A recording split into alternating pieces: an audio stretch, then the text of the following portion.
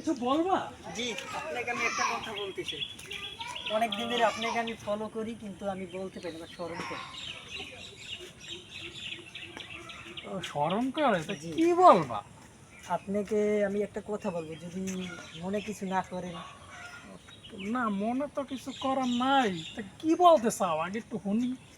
আপনাকে আমার ভালো লাগে, অনেক দিন ধরে ফলো করি আপনাকে। ও, আমাকে তোমার ভালো লাগে? আপনার কোনো গার্লফ্রেন্ড আছে?